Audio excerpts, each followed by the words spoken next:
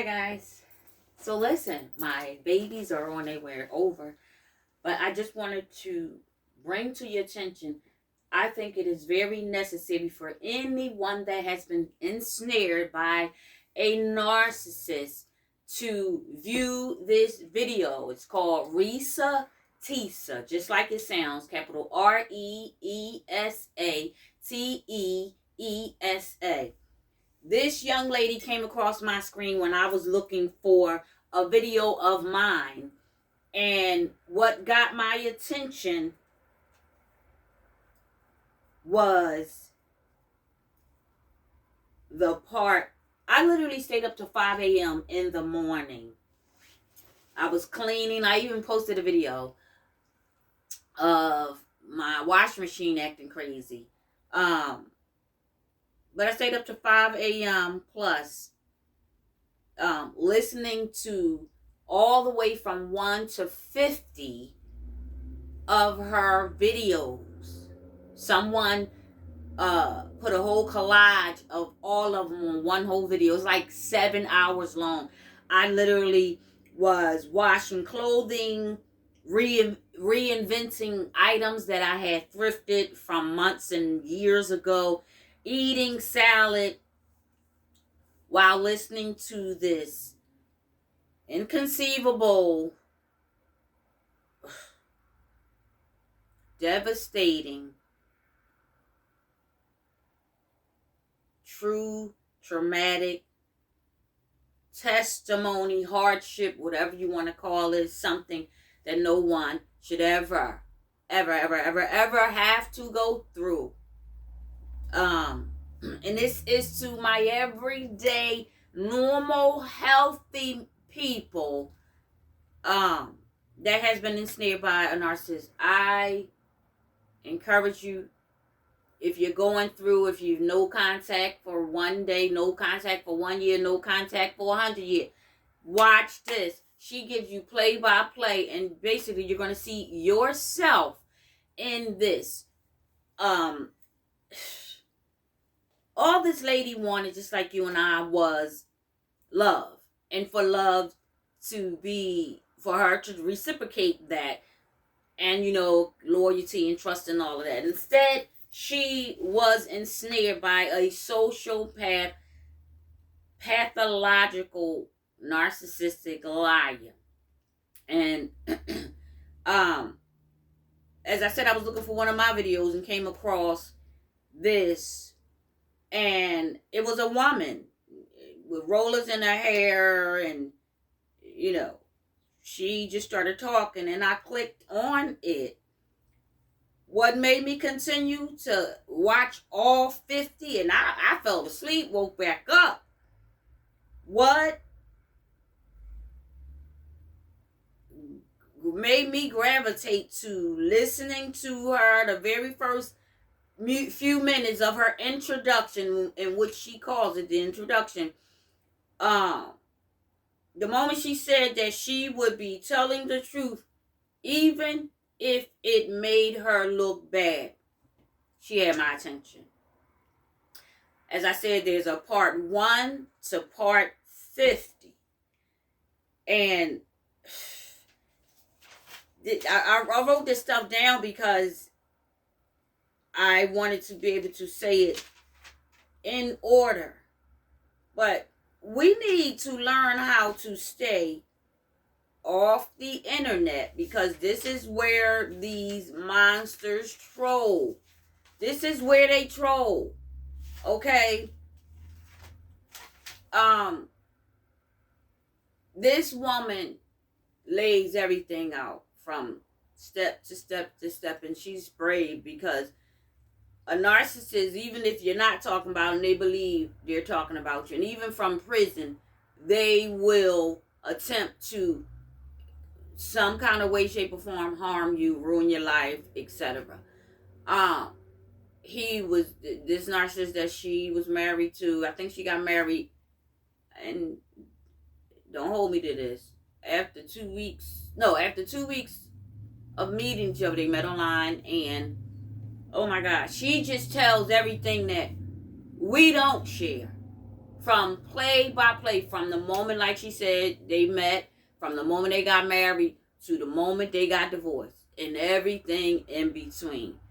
Here is a clip from the young lady, and then I'm going to play a clip from the first wife, which was 10 years ago. So hold your mule.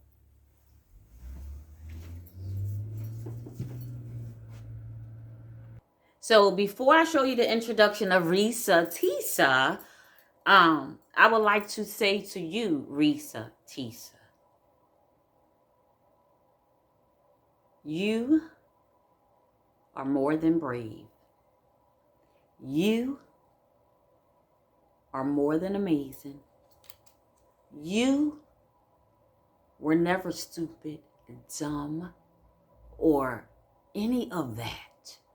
And all of the people that's getting on and leaving comments saying, what were you thinking, and things of that nature, they have not been ensnared by a toxic person nor a narcissistic person. They haven't. Because if they did, they would never judge you for expressing normality feelings of what it looks like. My hand is raised. But going forward, anybody that see this video, do not date anybody that was in jail that's coming home. No, he's not going to be your saving grace. She's not going to be your saving grace. You think they had childhood trauma? Because that's what narcissists, that's how they are made. No, baby. It's even worse in there. They get passed around like a leopard. If anybody's familiar with what's going on in this world, you know what the leopard print of clothing means. And when they come out, they are nothing more than a predator, delusional, psychopath, pathological liar, psycho, toxic, vengeful, dangerous person. But again, back to you, Risa. I want to say I love you. I want to say that you have told my story. And so many of us, but I'll speak for myself, my hand is raised. You have told my story. And you have opened up a whole new level on this narcissistic mindset, behavior, farce, horrific, traumatic behavior of these monsters, these entities, these demonic monsters. You've opened up a whole nother level because everybody has a channel talking about what they narcissists may have did, narcissistic behavior, but they didn't have a channel and gave it play by play. And I'm sure everybody can relate because it's almost identical. They may do it a little backwards in between, but the behavior is identical. I want you to know, Risa, this had nothing to do with you. You was just being a normal person. You see love, you give love. You laugh, they laugh. Back and forth. I want you to understand this one very thing. There is nothing wrong with you. And hey, Risa, if you ever question it, I need you to know you are more than enough. I love you and thank you. And you're asking for grace from these people that's listening. Listen to me. What you're giving is free counseling. There's no need to ask for grace. But that's just the type of empath that you probably are. That's just the type of heart. And you're calm spoken, but you are no joke. Trust me, and neither am I. Oh, I see you. Again, you are more than enough. And thank you. Now, I'm going to return this back to Risa Tisa's intro video. And it is my prayer. Yeah, I'll say a prayer because someone needs to see this, honey. I stayed up to 5 in the morning, as I said. So, I won't hold you any longer. Please watch all 50. Do it while you're cleaning up, what have you. I love you. So, these are all of hers. 1, 2, 3, 4, 5, 6, 7, 8, 9, 10. They go all the way to 50. However, I found, I think it was called Yabba Dabba. No, it was called XXO Gabby something. If you put in XXO Gabby, it'll come up. She put all of from 1 to 50 of Risa Tisa's videos and put them all in one whole video. Like I said, it was 7 hours long. But to give credit to where credit is really due, no shade or whatever y'all call it, to XX Gabby, I feel like you should watch the authentic videos, which is Risa Tisa's video 1 through 50. So here she is. Please excuse the hair, but here is part 1 of Who the Fuck Did I Marry? So I met my ex-husband around March 4th of 2020. We met on Facebook dating site, and we also matched on Hinge. I did not realize that he was on both under 2 different names. So one was his actual name, and the other one was a variation, like a nickname that he called himself. Different pictures. So it was a running joke between us. Oh, you ain't even recognize that you had matched with me on Hinge. No, I didn't. And also that should have been a red flag. By the way, you will notice in this story, I called it the United Nations of red flags. It is so many red flags that, I mean, you would have thought I was colorblind because I ignored all of them. So, anyway, back to the story. We met around March 4th. We exchanged phone numbers. He called me and we talked on the phone for the first time. In the first phone call, he told me that he had just moved to Georgia from California, from San Diego. His job had transferred him because he was being transferred in as the new regional manager for a major condiment company that is based here in Georgia. I'm not going to say the name. And so we also talked about his childhood. He told me he grew up in Philly. He's from Philly. Both of his parents were deceased. This is the first phone call. Both of his parents were deceased. His father was a Philadelphia police officer. His mom was a teacher. He also told me he briefly lived in Augusta with his family.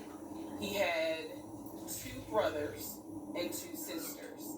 He also had 2 half-brothers on his dad's side. First phone call. So I'm just giving you guys the backstory. This was the first phone call we had. So we talked about family. We talked about friends. We talked about our jobs. At the time, I was working at Georgia State Patrol.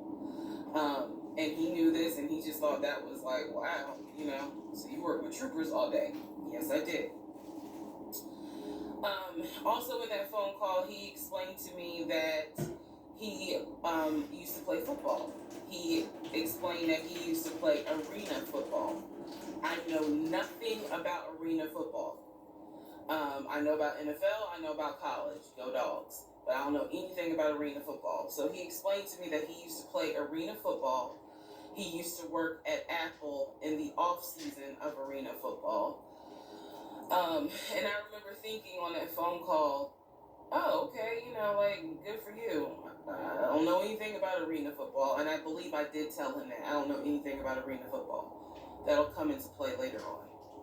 So he told me, you know, I just moved here. My job is paying for my housing, and they're helping me to look for a house. He was like, right now I'm in Gwinnett County, but I'm trying to look for a house, ideally in Atlanta, like Brookhaven, Sandy Springs. He was like, I really would like to move out there. And so I thought, that's great. You're looking to get a house. You just moved here. He was like, I don't really know too many people here because I spend all my time at work, and this job is really demanding. So that was our first phone call. We talked more. He talked a lot, which took me by surprise because I'm not really used to men talking more than me. He eventually asked me out on a date. Our first date was set for Saturday, March 7th, 2020. He asked me what was my favorite restaurant. I said Cheesecake Factory. And so we agreed to go out at the Cheesecake Factory in a location that was in between. I lived in Clayton County at the time. He lived in Gwinnett County. I realized that if you don't know anything about Metro Atlanta, that makes no sense. But basically, we lived about 45 minutes apart. So we agreed to meet at the Cheesecake Factory over at Perimeter Mall, which is in an area, Sandy Springs, Dunwoody area. I was excited. Like, I called my friends and was like, I got a date, blah, blah, blah. We'll see how it goes. First conversation was good. Hopefully he looks like his pictures, because, that's always an issue with online dating. Hopefully he looks like his pictures. So on my way to our date, I took 285, and literally right before I got to Boulder Crest, the exit for Boulder Crest, I heard a boom, and I lost control of my car. Thank God. Guys, I kind of feel like this might have been a sign from the good Lord above, because I had a trillion signs and I ignored them on purpose. Not thank God, but I knew what to do. So I did not crash, but my tire blew out. So I called him and I said, hey, I'm so sorry, but my tire just blew on 285. I'm slowly making my way off the exit. I believe I pulled into a Chevron gas station, and I said, I got to get this fixed. I don't know what to do. Like, I'm a damsel in distress kind of thing. He kind of paused. He got quiet, and he was like, tell me exactly where you are. Drop your pin. So I dropped the pin, and he came to the gas station. Got out the car, and I was so relieved that he actually looked like his pictures that I was like, oh my God, he's actually attractive, because he's like 6'4", 6'5". Also, man, I apologize. So let me go back to the first conversation. Let me add something. He did tell me in the first phone call that he was divorced, and that his ex-wife, she had 2 children, a boy and a girl, who were teenagers, young adults. I think the girl was about 20, and he said that he had a very close relationship with his stepkids, but that he and his ex-wife had divorced because she cheated on him out in California. And so coming to Georgia was a new beginning for him. She was still out in California. The kids were still out in California. And so, he was like, I can't stand her, but I still want to be in the kids' lives. I have to put that in there because that will come back later. So this is just setting the stage. Again, that first conversation we talked about family, job, friends, how he ended up in Georgia, me being in Georgia, the things that, I would think people talk about in the first conversation.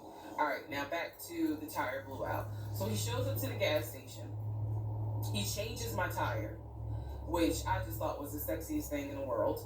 And then he proceeds to say, hey, I found a tire place around the corner. You need to get another tire. Like, you can't drive on this donut.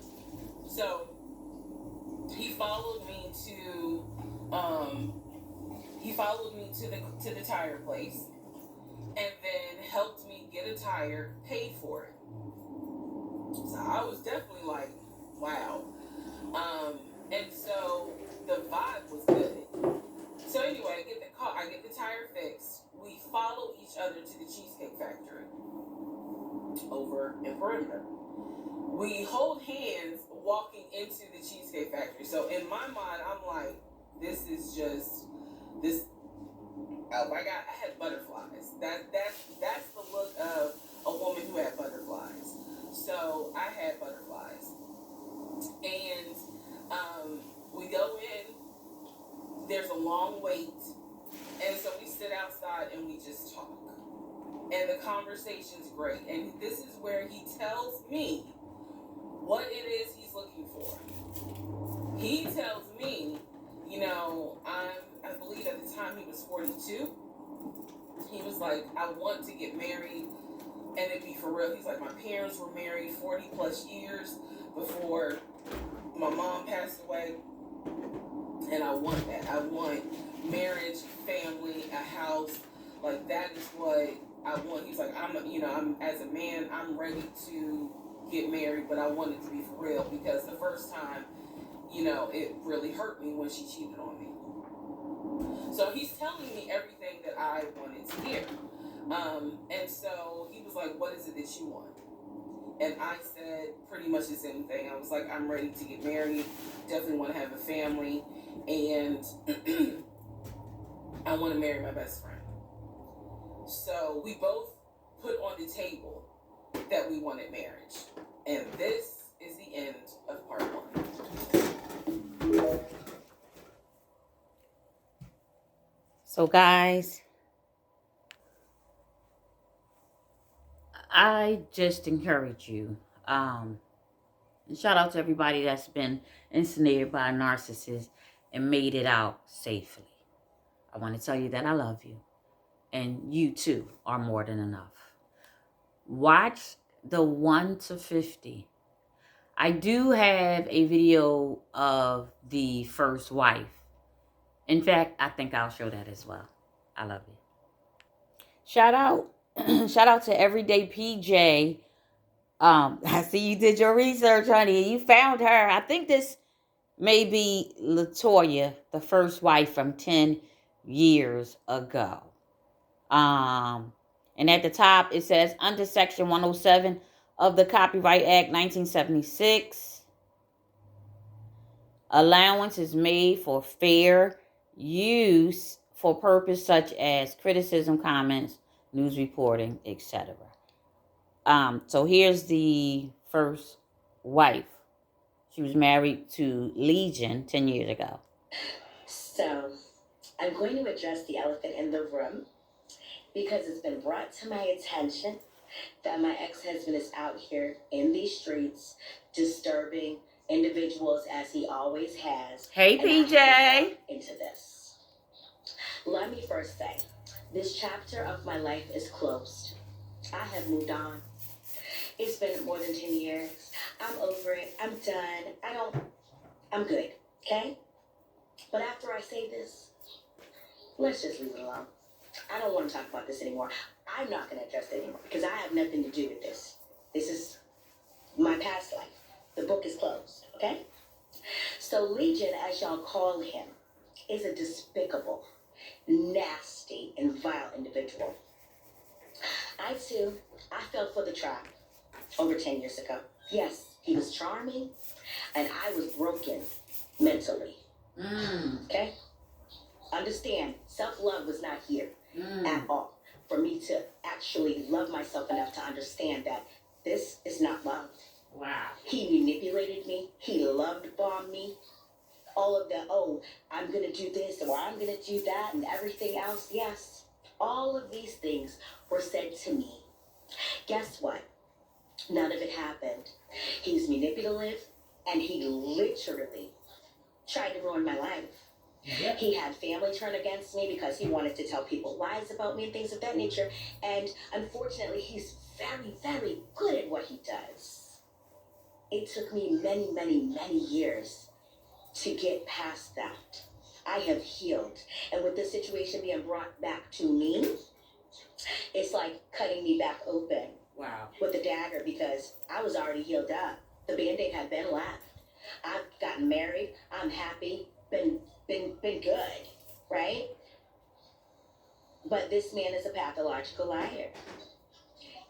Gave up all types of promises. But to the cars and houses just like Risa. But guess what? None of that ever came to pass, right? So I just need for people to know that this situation was traumatic as hell for me. And then I hear about, because I've not watched any of the videos. Because for what? Like, it's not my business anymore. I feel bad for anybody that he comes into contact with, and I will tell any female that sees his picture, don't ever, just let it go. Because he needs some serious mental health, and he needs to be evaluated and be locked away. So that's what I will say. And as far as like me not filing for divorce, I didn't file for divorce because I was afraid for my life. I didn't want to be served. I didn't want to. In order for me to file, I would have to tell him where exactly I was, and I didn't want him to know that. So no, I absolutely was not filing because I was afraid at the time. But guess what? It was ended before it even really started. But at the same token, I still was very, very, very not mentally, in love with myself. So that's one of the things that really got me. So I genuinely feel empathy for the women that have been down his path. When all this stuff was going on with him and I, there was no social media, TikTok, or anything like that. But at the same token, I just wanted to heal through my processes. I didn't want to sit there and have to tell the whole world my business because I'm a very private person and I don't do trauma. I will also say this. I did not hit Legion at all. I did not hit this man. He went to jail because he was impersonating a police officer, telling people that he was a detective of the police department in Atlanta, Georgia, and that is why he went to jail. Also for stalking one of the guards that were over where we lived at. That is why he went to jail.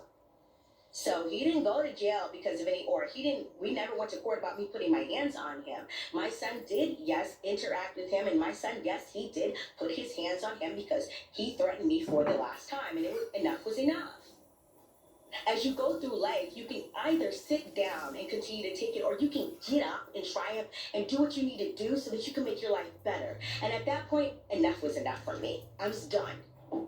I was no longer going to be the victim because I'm not a victim. I'm not a doormat. You can't step on me. You can't do whatever you want to do to me and me take it. So I left.